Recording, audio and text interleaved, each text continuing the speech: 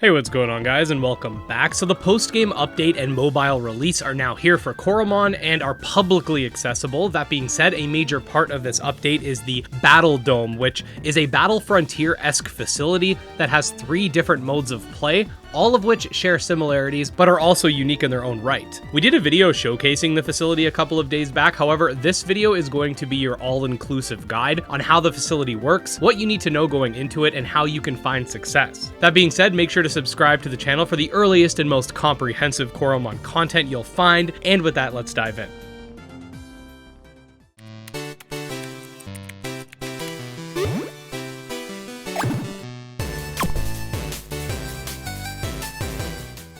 Okay, so there are 3 major models of play to keep in mind when participating in the Battle Dome Challenge. First, you have your Wild Coromon battles, then you have trainer battles, and finally the Titan Rush Challenge. All 3 of these modes are an infinite gauntlet of enemies, and defeating them will garner a streak, which you can build up just like you'd see in something like the Battle Frontier from Pokemon. That being said, the Coromon Battle Dome does have a lot to differentiate itself, and here's how. Firstly, each of these 3 modes have 4 difficulty settings ranging from easy to medium to hard to insane, and you can read all of the various differences for yourself, but essentially the higher difficulty you get, the higher base level enemies, the smarter the AI will be, and the less dome points you'll receive per victory. More on that in a second. As you defeat more and more enemies and eventually either lose or just decide to forfeit, you'll receive stars at the end of your streak, which are dictated by the streak itself. If you get 15 in the trainer facility, for example, you'll get the first star for that. The second one's 30, and so on and so forth. The stars are also split into difficulties, so there are 3 stars for each difficulty within each mode, making for 12 total per mode for a grand total of 36 stars that you can obtain. You can use these stars in order to get items from the adjacent counter,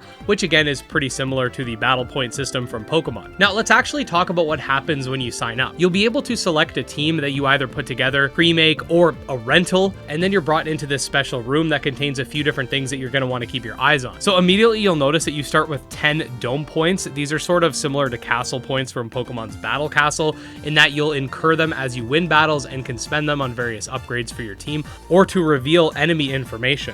As you can see on the main floor, there's a healing machine to the left that will heal your HP for 10 points.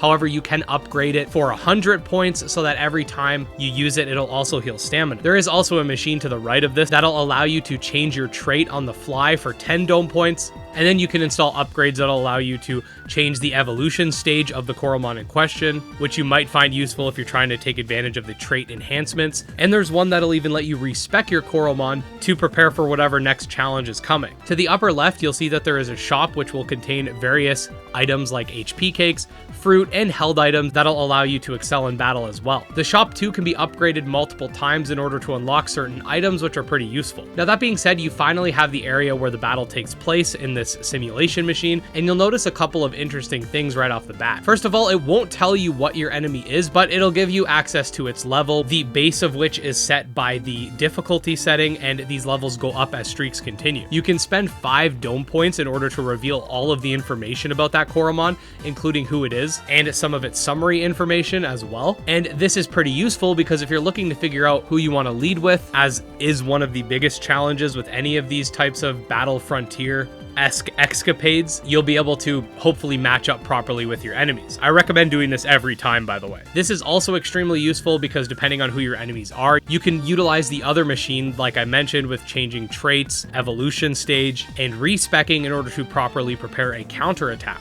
The second option actually allows you to level up the enemy by 5 levels, and by doing so, you'll actually gain 35 points for yourself. Doing this against enemies who are countered by your own monsters is highly recommended early on because it'll allow you to obtain some of the upgrades and shop items that you need right away. If you're playing on normal or easy, it's very easy to upgrade your enemies instantly and get access to the healing machine upgrade, so after the first battle, you don't have to worry about stamina, for example. Now, depending on which mode you're playing on, that's really going to affect how you build your teams, and I can't give you a one-size-fits-all strategy, but the wild facility is pretty simple. You only have 1 enemy to face off against, and I think regardless of difficulty, it's by far the easiest facility. The trainer battles, I think, are more of an even playing field between you and the AI, and this is where I think most people are going to spend a lot of time in, just because it's a lot of fun.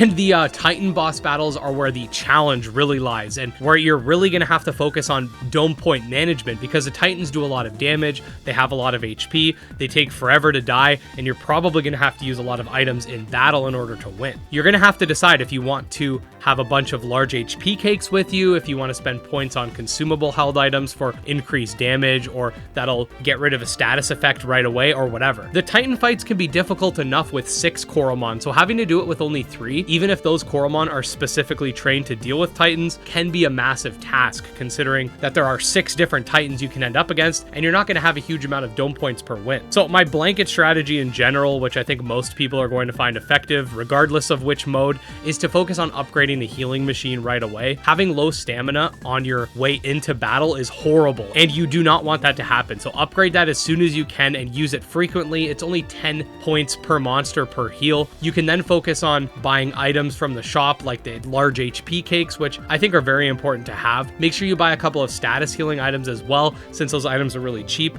And then you could focus on upgrading the shop too. I think that the other machine that lets you respec, change traits, and change your evolution stage is also very useful, but far more niche, and will probably only be used by those who have the most amount of knowledge when it comes to Coromon's inner workings and system. I could definitely see situations where you might want to switch traits or even respec or whatever, but I think that these will be few and far in between compared to needing to heal and needing adequate items. So yeah, use those early stages to really gain as many dome points as you can, level up opponents that are advantageous to you so you could reap those rewards, and try to get your best streak. I'm really curious to see what the world record for this will be. I feel like it could end up being crazy, because you could buy HP cakes, which can then be used in battle. So as long as people are playing properly, I feel like it could go insane. Also, lastly, the Battle Dome does run under the RNG free rule set that Coromon has for ranked multiplayer, meaning that a lot of moves and even status effects are affected by this. What this means is that some moves with lower accuracy will be upgraded to have perfect accuracy at the cost of less damage. Certain status effects and critical hits will only work on certain turns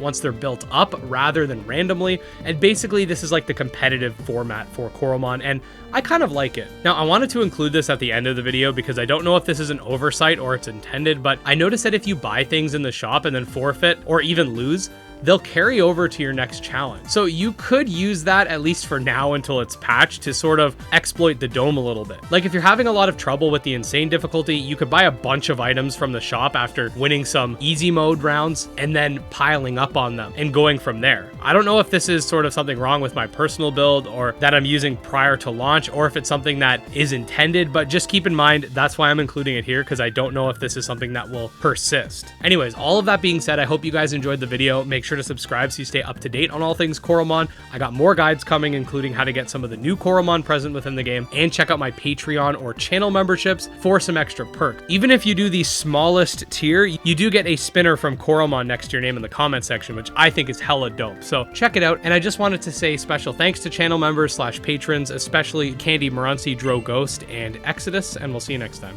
Peace.